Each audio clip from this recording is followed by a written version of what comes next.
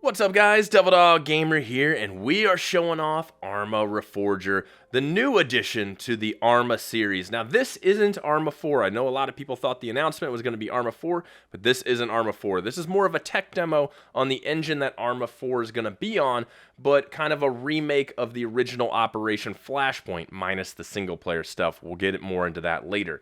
This is what ARMA 4 is basically going to look like, and just overall, the engine itself, the animations are so much better.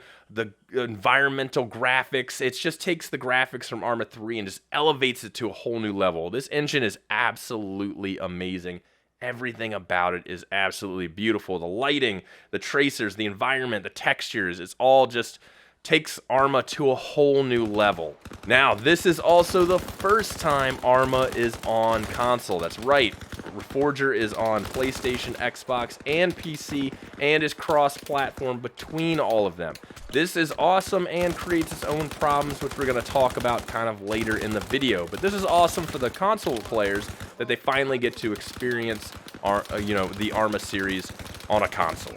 Now, unfortunately, I didn't get early access to ARMA Reforger, so I'm kind of basing all of this on the 5 hours that I had playing it during the stream and a little bit before it. But overall, the gameplay-wise, it's awesome. I think the gunplay is really good. We finally get an FOV slider, and, you know, I think the movement, the environmental aspects of it, the graphics of it, are amazing, and the performance is absolutely top-notch. I had this thing cranked to absolute max, and even on multiplayer, I was still getting 70 FPS the entire time at 1440, which is absolutely unheard of with ARMA 3, because even if you modded the hell out of it on a full multiplayer server, you're lucky if you get 50 FPS. So this new engine definitely seems like it's worth it, and if it powers ARMA 4, I think it's going to be absolutely amazing. Now, one of the cool things about this is already open to mod support right now and has a workshop built right into the game,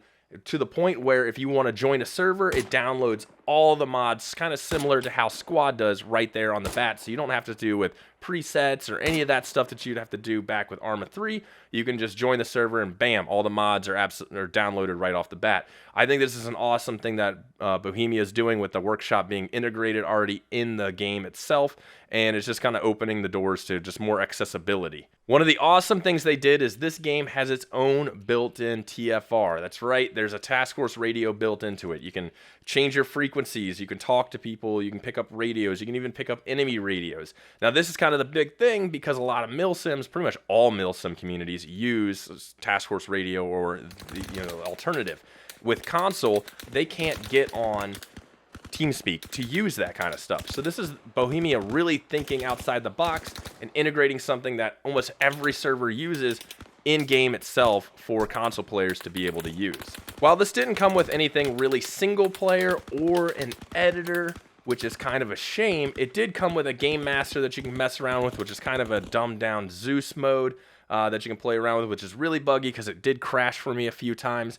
And it comes with multiple PvP game modes that you can do and PvP PvE game modes, almost like a liberation kind of capture and hold game modes that are you can work them as milsim, or you can just kind of play them with friends as you want. You don't have to be competitive. I mean, you don't have to play the PvP stuff either. It's kind of a nice variety that they had with the multiplayer, and it actually works pretty well. One of the cooler things that I saw is that there are tons of animations when it comes to different things like vaulting, getting into vehicles. You'll actually open the door, reach and open it.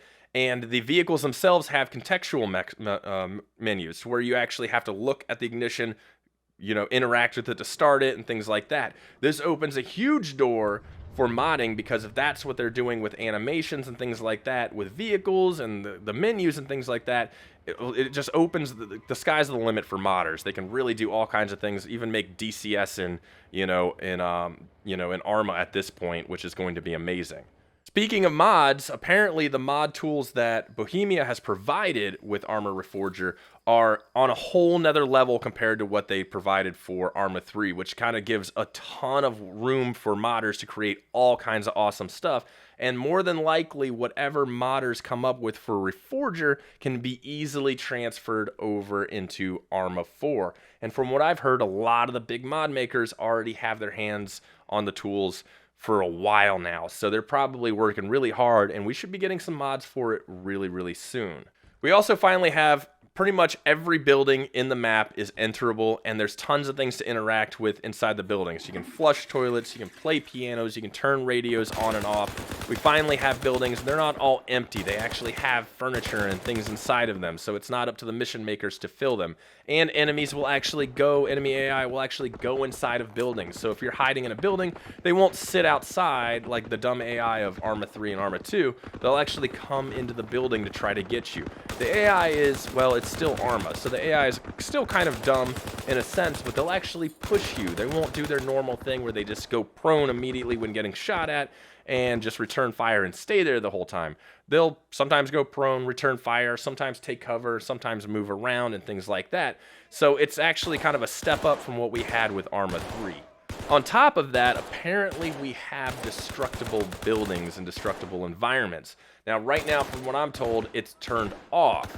And once it's getting to a position where they like it, they're going to turn it on for the game. So we're going to finally get some sort of, levolution in ARMA, which is insane because, we haven't really had that. So it'll be interesting to see if you can actually blow holes in buildings and breach them like that.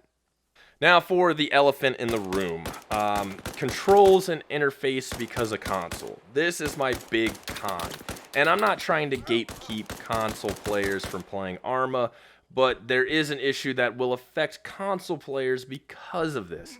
Now, when you look at the controls, ARMA is famous for having tons of controls. You have pages and pages and pages of controls.